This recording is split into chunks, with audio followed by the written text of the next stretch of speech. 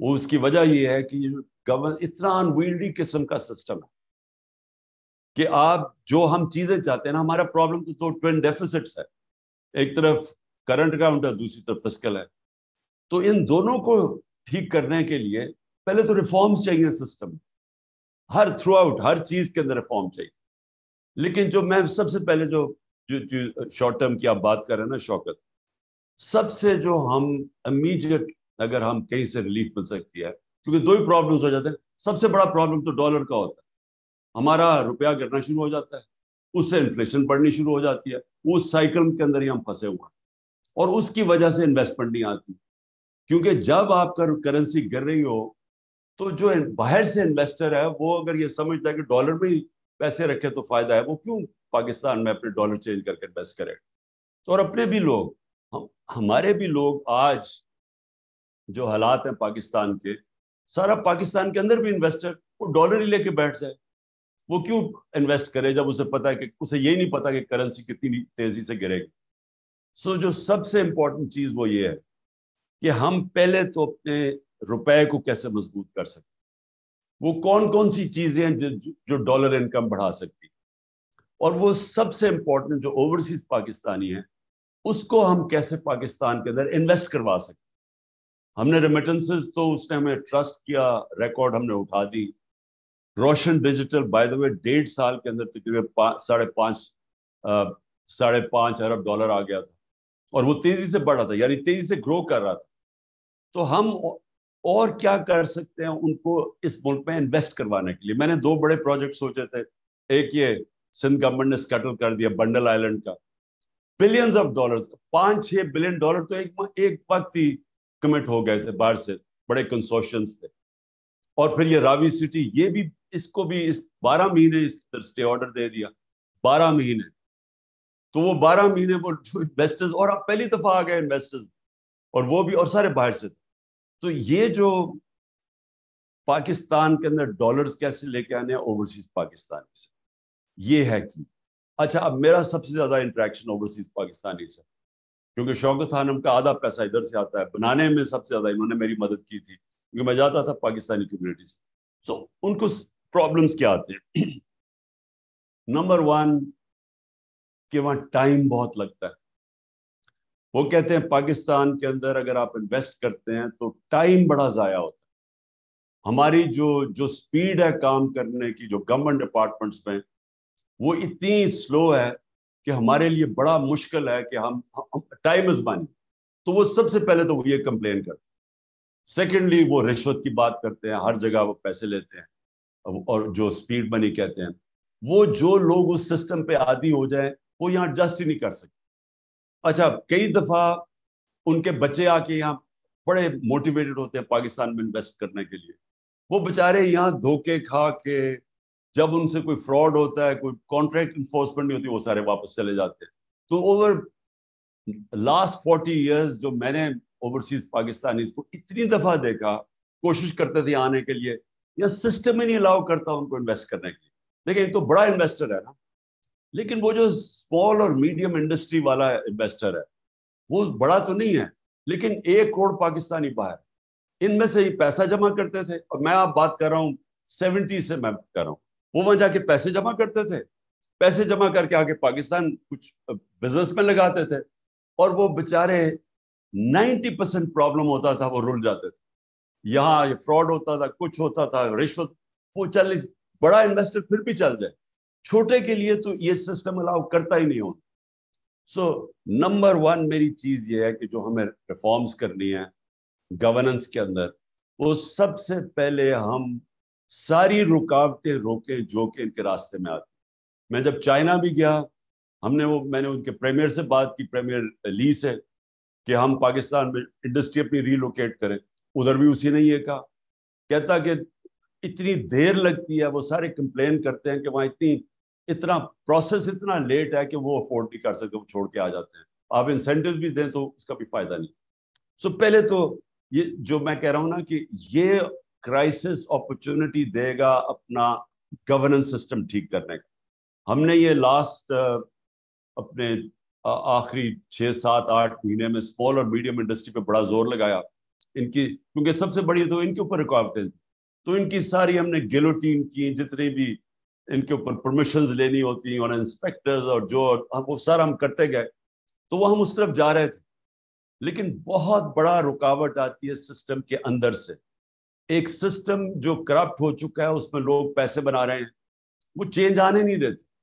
F B are کے اندر ہم نے اتنی ٹیکنالوجی لانے کی کوشش کی، وہ جب وہ آنے لگتا تھا، وینڈر آتا تھا کوئی باہر سے کہ وہ سارے ہم آٹومیٹ کریں، ادھر سے اندر سے کوئی جا کے وہ اندر سے جا کے کوئی کرتا تھا، وہاں عدالت میں چلا جاتا، اسٹے آرڈر میں جاتا تھا. اور یہ جو ٹریک اینڈ ٹریس سسٹم ہے، ہمیں اتنی دیر لگی ہے کیونکہ ساری بڑی بڑی کارپوریشن انڈسٹریز یہ سیلز ٹیکس چراتی ہے. اور جو ساری جو شوگر انڈسٹری سے جو ہم نے جب وہ کیا اس کے اوپر انویسٹیگیشن، تو 30 سے 25% ساری شوگر انڈسٹری کے لوگ سیلز ٹیکس چرا رہے تھے. تو وہ ٹریک اینڈ ٹریس سسٹم بڑی مشکلوں سے ہم نے، وہ بھی پہلے سیبوٹاج ہوتا رہا، وہ فائنلی آیا، تو اس سے ایک دم انکم بڑھ جانی تھی. لیکن اب پتہ نہیں مجھے کیا سچویشن ہے، لیکن ہماری آخر میں وہ ایک بیوریجز اور یہ شوگر انڈسٹری اور بڑی بڑی جو سیمنٹ پہ آنے. تو کہنے کا مقصد میرا یہ ہے کہ اب جو ٹائم ہمیں ہمارے پاس یہ جو کرائسس کا ہے، یہ بہت بڑی اپرچونٹی ہوگی کہ ہم وہ اسٹرکچرل ریفارمز کر دیں اپنے سسٹم میں، جس کے اندر ہم پہلے تو وہ انوائرمنٹ بنائیں انویسٹمنٹ کے لیے. اور میں سمجھتا ہوں کہ سب سے پہلے اوورسیز پاکستانی آئیں گے. چائنا اور انڈیا کی جب انہوں نے کھولی اپنی اکانومیز، تو ان کی سب سے پہلے ایکسپریٹڈ کمیونٹی کی سب سے پہلے انویسٹمنٹ آئی. ان کے لیے ہم تیار کریں، اور دیکھیں وہ فینومینل ان کے پاس ریسورسز ہیں اوورسیز پاکستانیز کے پاس. تو میں یہ فگر کوٹ کرتا ہوں کیونکہ مجھے اپنا والوں نے دی کہ 16,000 پاکستانی امریکن فزیشنز کی نیٹ ورتھ $200 بلین ہے. اور جو ٹاپ 10 پاکستانی، امریکہ کی صرف بات کر رہا ہوں، ان کی $25 ارب. تو یہ سارے جو لوگ ہیں، یہ ابھی بھی پاکستان کے لیے ترستے ہیں آنے کے لیے، درد فیل کرتے ہیں، ڈیمونسٹریٹ کرتے ہیں جب برا ہوتا، لیکن انویسٹمنٹ نہیں لے کے آتے کیونکہ وہ سسٹم ہی الاؤ نہیں کرتا. اور ہم نے نمبر 1 یہ ہو گیا. نمبر 2 جو میری وہ بھی آخر میں ہم نے یہ ریئلائز کیا کہ یہ جو بھی چیز ڈالر انکم لے کے آتی، اس کے لیے ایک علیحدہ منسٹری ہونی چاہیے.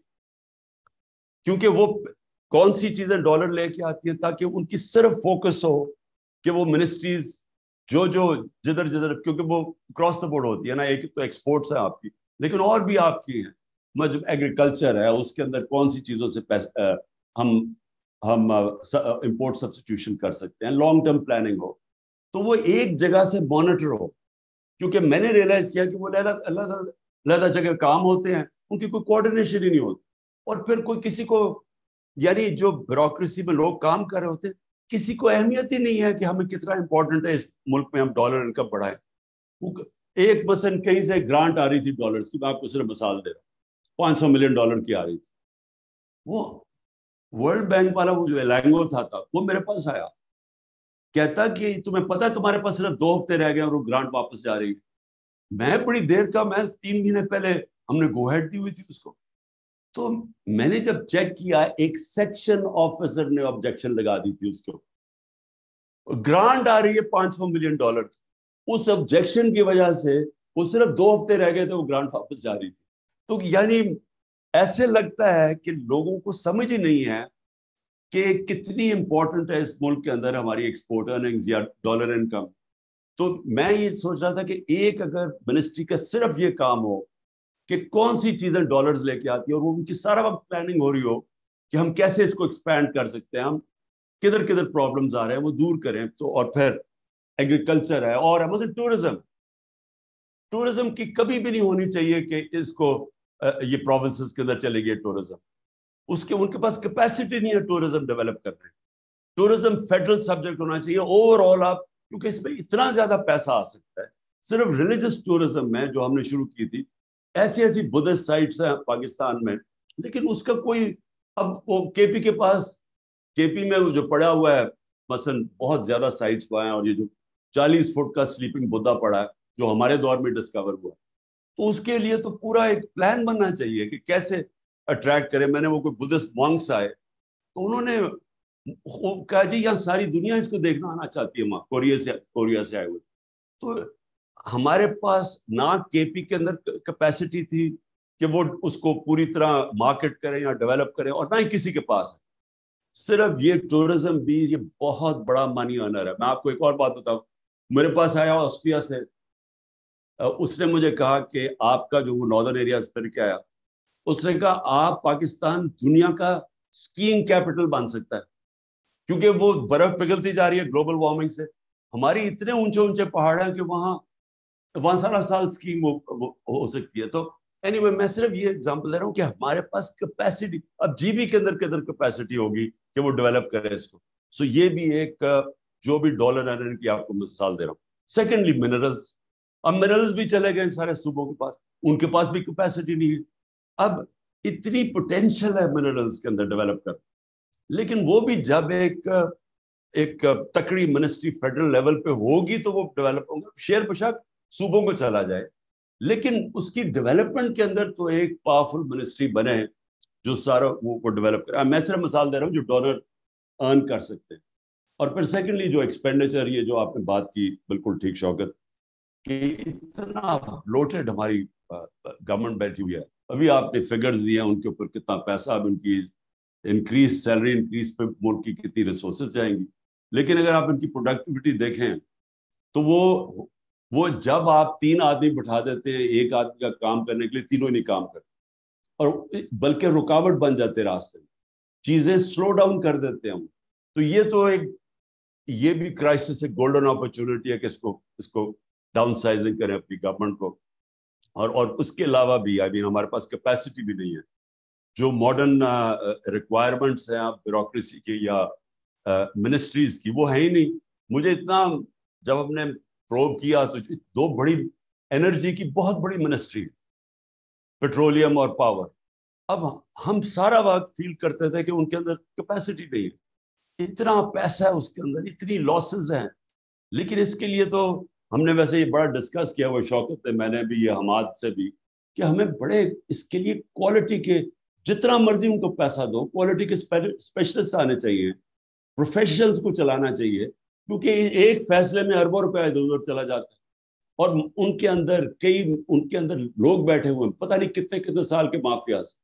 وہ شپ نہیں لگ رہی، شپ کو باہر کھڑا کرا، وہ آیا، ہر چیز میں پیسہ بن رہا ہے. سو اینی وے یہ اس کے جب تک آؤٹ سائڈ پروفیشنز اس طرح کے منسٹرز نہیں آتے، ہم ان کو صحیح معنی میں نہیں چلا سکتے. اور میں نے جو آخر میں 2-3 پوائنٹس تھے میرے، ہاں، لانگ ٹرم پلاننگ. دیکھیں، میں نے ایک اور بھی دیکھا کہ ہم جو آج ہمارے حالات ہیں وہ سارے یہ شارٹ ٹرمزم کے لیے، ہم الیکشنز کے لیے دیکھتے ہیں. اس لیے کبھی کسی نے انوائرمنٹ کا ہی نہیں سوچا. ہم نے پہلی دفعہ یہ جو ہماری اور دنیا میں بھی اکنالجمنٹ ہوئی، وہ تو کے پی سے ہم نے شروع کیا، یہ جو بلین ٹری سونامی کا آئیڈیا کیا، اور اس کے بعد انوائرمنٹل پہلی دفعہ پروگرامز بنائے. تو یہ تو کسی کے ریڈار پہ بھی نہیں ہے، یہ تو کوئی سوچتا ہی نہیں ہے اس چیز کے اوپر، کیونکہ پاکستان کی جو ولنریبلٹی آگے وہ بڑھتی جائے گی. اور پھر ڈیمز کا سوچے، 50 سال کے بعد ڈیمز بنا رہے ہیں. ہاں، یہ پہلی دفعہ ہماری گورنمنٹ میں شروع ہوئی ہے ڈیمز بنانے. تو یہ بھی یعنی جب تک ایک بیٹھ کے، جو ابھی آپ نے، ایک تو ایمرجنسی ہو گیا، ایک شارٹ ٹرم ہو گیا، لیکن لانگ ٹرم پلاننگ کبھی بھی کوئی دنیا کے اندر ملک پروگریس نہیں کر سکتا جب کہ اس کی لانگ ٹرم پلاننگ. اور یہ سارے جتنے بھی میں نے دیکھے ہیں جو یہ سکسیس ماڈلز ہیں، انہوں نے، اب چائنا جاؤ، انہوں نے پتہ نہیں کتنے سالوں کی پلاننگ کی ہوئی ہے. یہ جتنے بھی ہے، ساؤتھ کوریا، یہ سب کی لانگ ٹرم پلاننگ تھی. ہمارا تو یہ صرف الیکشن ٹو الیکشن پلاننگ ہوتی ہے، جس کی وجہ سے ہم ایک کرائسس ٹو کرائسس جاتے. تو ہمارا جو یہ ٹوین ڈیفیسٹس ہیں، جو ہمارے اصل پرابلمس، اس کے لیے ایکسپورٹ اور ڈالر ارننگ بڑھانے کے لیے پوری ایک تیاری ہو. کیسے ہم جو اپنی امپورٹس ہیں، جو ہم امپورٹ سبسٹیوشن کر سکتے ہیں، وہ اس کے ساتھ ہو. اور جو کون سی اور بھی جو جس طرح میں نے ٹورزم اور منرلز کا، ان کی ہم کیسے ان کو ڈیولپ کر سکتے ہیں. اور پھر خرچے کدھر کم کر سکتی ہے گورنمنٹ چلانے میں، کیونکہ یہ اتنی بڑی جو گورنمنٹس بن گئی ہیں، یہی سب سے بڑی رکاوٹ ہے ہماری اس کے اوپر انویسٹمنٹ کے اندر. جو میں پھر سے ریپیٹ کرتا ہوں، اوورسیز پاکستانیز کی انویسٹمنٹ یہ سب سے امپورٹنٹ ہوگی ہماری ڈیولپمنٹ میں شروع میں. یہ سب کیونکہ یہ کرنا چاہتے ہیں انویسٹ, یہ پہلے سے انکلائن ہے. ان کے لیے پہلے سے پلان کریں کون کون سے ان کے پرابلمز آتے ہیں. صرف ایک کا اوورسیز پاکستانی منسٹری کا نمبر 1 کام صرف یہ ہونا چاہیے کہ ان کی جو بھی انویسٹر وہاں سے آئے اس کو فیسیلیٹیٹ کیا جائے. اس کے لیے سارے رکاوٹیں اور کانسٹنٹلی کرنا پڑے, کیونکہ میں نے یہ بھی ریئلائز کیا کہ ہماری منسٹریز کے اندر پورے مافیا سب بن گئے, اور وہ اینٹی ڈیولپمنٹ. میں نے کوشش کی, مثلا میں آپ کو مثال دیتا ہوں کنسٹرکشن کی انڈسٹری کی. ہم جب کووڈ کے اندر پھنس گئے اور بالکل ہی اکانومی ٹھپ ہو گئی, تو میں نے پھر وہ خاص اس کے IMF کے ہیڈ سے بات کی, اور ہم نے کنسٹرکشن انڈسٹری کو ہم نے پھر انسینٹیوائز کیا, کیونکہ وہ روزگار دیتی ہے زیادہ. آپ یقین کریں کہ مجھے ہر ہفتے میٹنگ کرنی پڑتی تھی, ہر ہفتے فیصلہ ہوتا تھا کہ جی آپ کی اب یہ رکاوٹیں آ رہی ہیں. وہ کنسٹرکشن انڈسٹری کے بھی لوگ آئے ہوئے تھے, وہ کہتے تھے یہ پرابلمز آ رہے ہیں, وہ ہم ریموو کرتے تھے, فیصلہ ہو جاتا تھا. 2 ہفتے کے بعد پھر میٹنگ ہوتی, پتہ چلتا تھا انہوں نے پھر سے کوئی اور چیز ایڈ کر دی, ایک سینٹنس لگا دیا, وہ رکاوٹ آ گئی. تو وہ اتنا بڑا پرابلم تھا. تو مجھے 6 مہینے لگے ہر ہفتے میٹنگ کرتے کرتے ایونچولی وہ کنسٹرکشن کو سیکٹر کو انسینٹیوائز کرنے کے لیے, اور اس کے بعد وہ بوم کر گیا. جو سب سے بڑا پرابلم ہے نا وہ ہے اسمال اور میڈیم انڈسٹری. وہ ان کے اتنی زیادہ پرابلمز ڈالتے ہیں ان کے راستے میں, کیونکہ ان سے بھی ہماری میٹنگز ہوتی تھی. اچھا وہاں بھی یہی ہوتا تھا. اور ایف بی آر کے اندر اچھا آپ کہتے جی یہ چیزیں کم کریے, ٹیکس کر دیں, انسینٹیوائز کریں, وہ تھوڑی دیر کے بعد وہ کوئی اور لائن ڈال کے پھر وہ ٹیکس لگا دیتے. یعنی بھیا ٹیکس نہیں لگاتے تھے, اپنی پاور چھوڑتے نہیں تھے. تو اس کے لیے اب جو سچویشن ہے, اور ہم طاقتور نہیں تھے, وہ جا کے پتہ نہیں اسٹے لے لیتے تھے ہر جگہ. اگر گورنمنٹ تکڑی آتی ہے اور وہ پبلک کے مینڈیٹ سے آتی ہے, صرف وہی آتے ساتھ یہ اس کرائسس کو سامنے رکھتے ہیں, لوگوں کو پریپیئر کر کے یہ ریفارمز کرے, جس میں جو گورنمنٹ کارپوریشنز بھی ہیں. لیکن میں انفارچونیٹلی اس وقت سچویشن کیا ہے, جو یہ اس وقت اسٹیبلشمنٹ کر رہی ہے وہ اس کا اپوزٹ کر رہی ہے. وہ پوری کوشش کر رہی ہے کیونکہ مضبوط گورنمنٹ آ جائے. وہ سب سے زیادہ ابھی پالیسی صرف ایک ہی ہے کہ کسی نہ کسی طرح تحریک انصاف نہ آئے. اب اگر تحریک انصاف نہیں آئے گی تو کون آئے گا؟ یہی کھچڑی ہے. یہ شوکت ترین کا کزن وہ ایک تیار ہو رہا ہے, ایک اور کھچڑی پک رہی ہے وہاں. تو یہ جب سارے مل کے آ جائیں گے تو مجھے بتاؤ انہوں نے گورننس کیا دینی ہے؟ یعنی وہ بالکل ہی اپوزٹ ہے جو ملک کی ضرورت ہے. ملک کی ضرورت ہے اسٹرانگ گورنمنٹ. یہ جو لے کے آ رہے ہیں وہ مور آف دا سیم. یہی لوگ ہیں نا, ان میں ایک دو اور ریلو کٹے ایڈ ہو جائیں گے, لیکن وہ گورننس کیسے پرووائڈ کریں گے؟ کیونکہ انہوں نے ابھی تک ایک تو ریفارم کی نہیں ہے, نہ ہی یہ کر سکتے ہیں. سو اس لیے انفارچونیٹلی جس طرف ہم ڈائریکشن جو ملک کا جا رہا ہے, میں 1 سال سے لگا ہوا ہوں کہ ایک ہی طریقہ ہے الیکشن کرواؤ گے تو پولیٹیکل سٹیبلٹی آئے گی. جب تک پولیٹیکل سٹیبلٹی آئے گی اکانومی نے سٹیبلائز نہیں کرنا. اور وہی ایک کام کو اس کا الٹا کر رہے ہیں. اب کہہ رہے ہیں جی اکتوبر میں الیکشن کروانا ہے. اب کہہ رہے ہیں کہ اکتوبر میں بھی شاید الیکشن نہ ہو, اگلے مارچ پہ چلا جائے. وہ کیوں چلا جائے؟ کیونکہ جب تک PTI کرش نہیں ہو جاتی انہوں نے الیکشن نہیں کروانا. اب مجھے یہ بتاؤ کہ جن کی سوچ یہ ہے وہ پاکستان کو تو نہیں سوچ رہے, کیونکہ پاکستان کا تو جس طرح ہم سب جانتے ہیں, جس طرح یہ جاوید نے بڑی اچھی بات کی کہ پولیٹکس اور اکنامکس تو ساتھ ساتھ جاتے ہیں.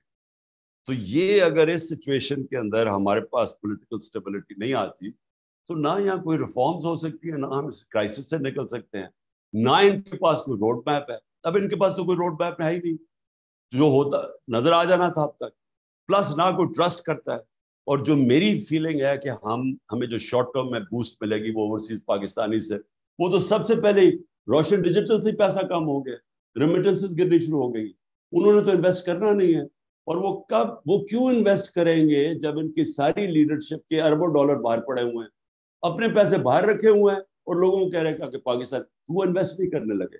تو ہے ہی صرف ایک سلوشن کہ ہماری جو ریفارم پروگرام کی بگننگ ہوگی وہ ہوگی تب کہ فری اینڈ فیئر الیکشنز ہوں, ایک پبلک مینڈیٹ سے گورنمنٹ آئے, اور پھر وہ سرجیکل ریفارمز کرے, پبلک کو اپنے ساتھ لے. پبلک اس ملک کی بڑی تکڑی ہے. اگر ہم پبلک کو صرف یہ سمجھا دیں کہ آپ کو یہ مشکل پیریڈ گزرنا پڑے گا جب تک یہ ریفارمز چلتی رہی ہیں, میرے خیال میں پبلک ساتھ چلے گی اگر وہ گورنمنٹ کو ٹرسٹ کرتے ہیں. اور اس کے ساتھ یہ سارے ہم وہ پروگرامز جو ہم نے شروع کیے ہوئے تھے, جس میں ہیلتھ کارڈ بہت امپورٹنٹ ہے, کیونکہ یہ ہیلتھ کارڈ کی صرف یہی نہیں ہے کہ یہ غریب آدمی کا سب سے, جب بیچارہ بیمار ہوتا ہے, عام آدمی, غریب کیا, اب تو مڈل کلاس کا بھی یہی حالات ہے, جب وہ سب سے تکلیف میں ہوتا ہے اس کے پاس ہیلتھ انشورنس ہو, تو وہ اس سے بہتر نعمت آپ نے کسی کو, آپ عام آدمی کو دے سکتے ہیں. لیکن اس کے علاوہ پہلی دفعہ پرائیویٹ سیکٹر کے ہاسپٹل دیہاتی علاقوں میں جا رہے تھے. پہلی دفعہ کیٹریکٹ کے آپریشن کرنے کے لیے ڈاکٹرز نے اپنی چھوٹی چھوٹی کلینکس کھولی تھی دیہاتوں کے اندر, ہیلتھ کارڈ کی وجہ سے. نہیں تو وہاں تو ان بیچارے لوگ بے بس ہے, ہمارے پاس پیسہ ہی نہیں ہے انفراسٹرکچر بنانے کا سارے پاکستان میں ہاسپٹلس کا. تو ایک بالکل کوانٹم چینج آ رہا تھا ہمارا پورا ہیلتھ سسٹم, اور ان کی پروٹیکشن کے علاوہ. اور دوسرا پھر یہ جو احساس کا پروگرام ہے, ٹارگیٹڈ سبسڈیز, یہ بالکل سبسڈیز ٹارگیٹ ہونی چاہیے. یہ جو اتنا زیادہ ہم سبسڈائز کرتے ہیں پیسہ, وہ جاتا ہی نہیں ہے. وہ تو, اور یہ بھی بات کی ایکسپورٹس کا بھی سبسڈائز تب کریں جب اس کا رزلٹ نظر آئے کہ ہاں ایکسپورٹ سے آپ کی انکریز ہوئی ہے, تو تب سبسڈیز ہے. سو یہ جو اب تک سبسڈائز کرنے کے پروگرامز ہیں, اس کو بالکل چینج کرنا چاہیے. اور ثانیہ نے یہ جو یہ نچلے طبقے کے لیے ٹارگیٹڈ سبسڈی, وہ بڑا, میں نے اس کی پریزنٹیشن دیکھی ہے, زبردست پروگرام اس نے بنایا. اور اس کے علاوہ یہ جو, سو ہم نچلے طبقے کو اگر دھیان کر لینا, کیونکہ یہ مشکل وقت میں ان کے اوپر پریشر نہ پڑے, تو اس کے بعد میرے خیال میں یہ قوم تیار ہو جائے گی یہ اس ریفارم پروگرامز کے لیے. تو میں سب کا شکریہ ادا کرنا چاہتا ہوں, کیونکہ آپ کی, مجھے آج کل آپ کو پتا ہے کہ مجھے ٹائم نہیں ملتا, کیونکہ میں لاء سیکھ رہا ہوں. اب میں اتنی زیادہ عدالتوں میں جا چکا ہوں کہ میں بڑا ایکسپرٹ بن جاؤں گا لاء کا, تو اس لیے مجھے اتنا وقت نہیں ملا. لیکن میں انشاءاللہ یہ تھوڑا سا پریشر ایز ہوتا ہے تو ہم شوکت یہ ریگولر میٹنگز کریں گے. میں ابھی بھی کنونسڈ ہوں, وہ ابھی ہم بات نہیں کریں گے اس کے اوپر, لیکن میں کنونسڈ ہوں کہ تھوڑا سا out of the box thinking کرنی پڑے گی کہ یہ جو ہمارا روپیہ گرتا ہے اور یہ جو اس کے ساتھ انفلیشن آتی ہے, یہ جو سب سے بڑا پرابلم ہے, اس کے اوپر تھوڑی سی out of the box thinking جو ہے, اس کے اوپر اور ڈبیٹ چاہیے. کیونکہ وہ جو ہمارا دوست ہے, وہ پورا پیپر اس نے بنا کے ابھی مجھے بھیجنے لگا, جو میں آپ سب کے اندر سرکولیٹ کروں گا. اس نے وہ بڑا کمپریہنسو ایک پروگرام بنایا کہ اس کے خیال میں کرنٹ سچویشن میں ہم کیسے نکلیں گے. اوکے جی, تھینک یو, بہت شکریہ.